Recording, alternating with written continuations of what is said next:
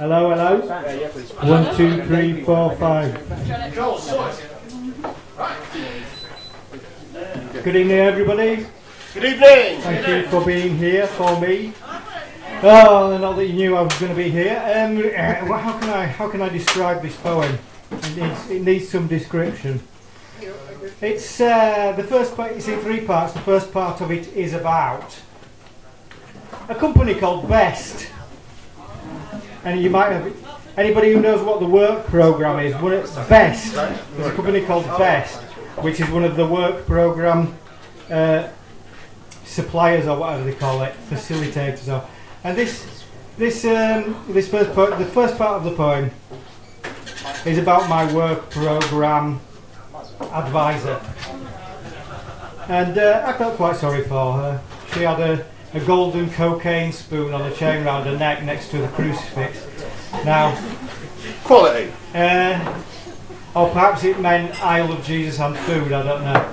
Anyway, the second part of the poem is about me going, wait a minute, why am I having a go at other people? And the third part of the poem is just about the futility of it all. So I'll read the poem now.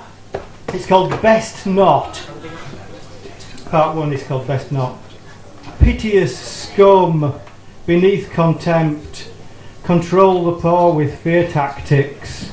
Tweedles of plutocracy try to keep us in despondency. Appallingly impersonally performing political correctness as if from a script.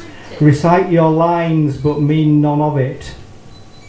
Mechanized politeness sealed off in a coffin existence nurtures corporate cancer spreading throughout the system. Poisonous person in sanitized manners, hiding contempt with a smile and a handshake, counting the days that you hate till your paycheck burns a hole in your brain. Your head will ache, your heart will break, because you are locked in a cage until retirement age, until you are almost dead to the world in your hollow head. Part 2, us and them.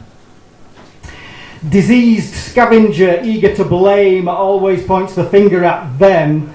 They are the problem, not me and my mates, always point the finger of hate.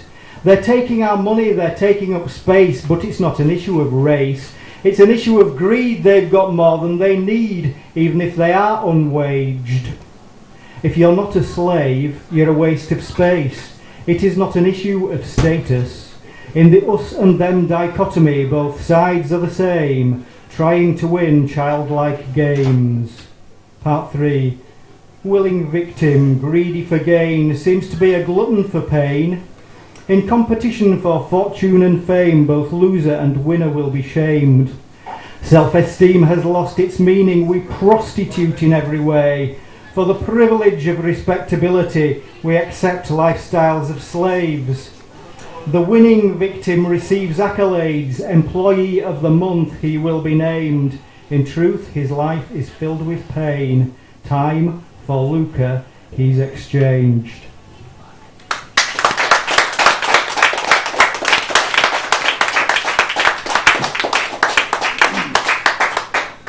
Thanks very much. Now, this one was written on Tuesday, so it's very new to me. It might be hard to get my dentures around it.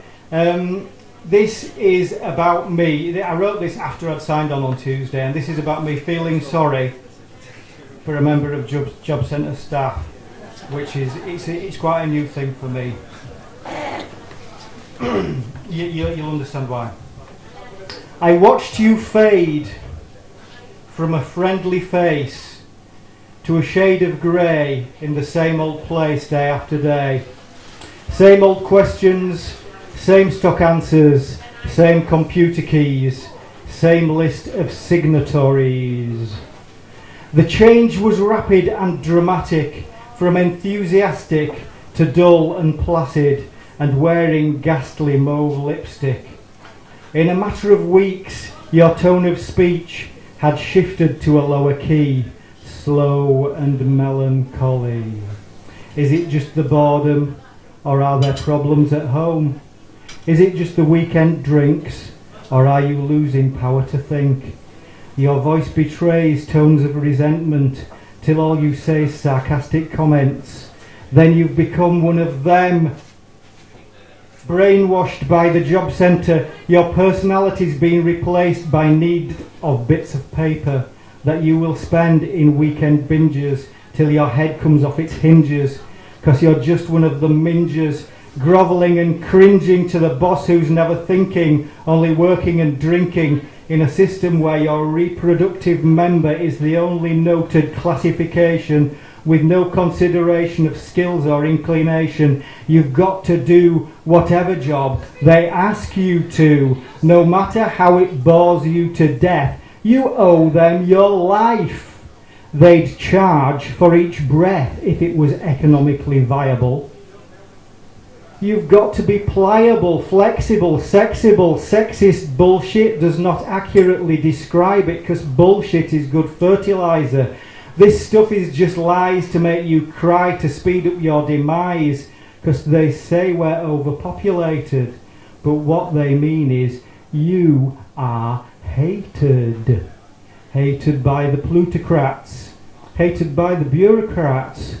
But that's just what you've become, sitting all day on your bum, giving out bum vibes to dull claimants that you despise for having a bit of freedom, whilst you're locked up in employment prison at Her Majesty's pleasure, doing wage slave labour to the Tories, to the Labour, to the Tories, to New Labour, in a never-changing juggling act of bureaucratic acrobatics that never changes anything except to make things worse, in a slow, quick, slow alternation of degradation and oppression.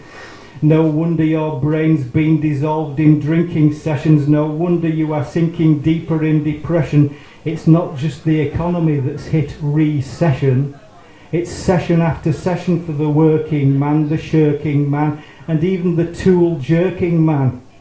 And that goes for the women too, as women's liberation is usually misinterpreted as needing to impersonate the men. No sooner do we finish work than we're on the lash again and spending cash again on legal highs and crack cocaine until you've got no brains left to tie your shoes. But never mind, just put on a pair of stilettos and enroll at the stripper bar. That's much less boring than where you are, and it's a better power trip. All them dumb blokes drooling at your tits at 50 quid a strip. And if someone gets out of hand, you can get them thrashed by the doorman. What more job satisfaction could you get than that? Seeing some poor dumb cunt get his teeth knocked out. Dun, dun, dun.